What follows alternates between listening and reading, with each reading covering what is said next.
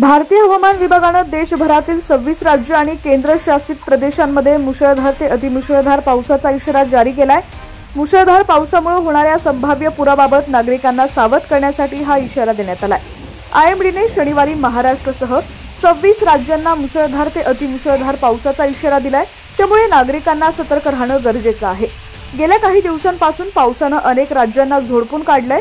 आयएमडीने दिलेल्या इशाऱ्यानुसार आसाम, मेघालय, मध्य प्रदेश, अंदमान आणि निकोबार बेट, अरुणाचल प्रदेश, बिहार, छत्तीसगड, गुजरात, हरियाणा, चंदीगड, दिल्ली, हिमाचल प्रदेश, जम्मू आणि काश्मीर, लडाख, झारखंड, गोवा, महाराष्ट्र, नागालँड, मणिपूर, मिझोराम, त्रिपुरा, पंजाब, राजस्थान, पश्चिम बंगाल आणि सिक्कीम या 26 राज्यांमध्ये केंद्रशासित प्रदेशांमध्ये मुसळधार पावसाचा इशारा देण्यात आलाय।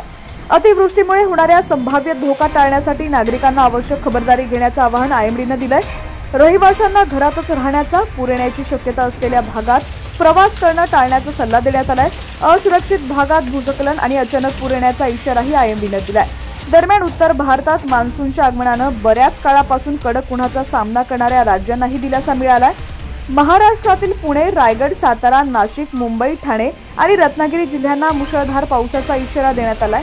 पावसासोबत जोरदार वारे, धुळीचे वादळ, विजांचा कडकडाट होण्याची शक्यता आहे।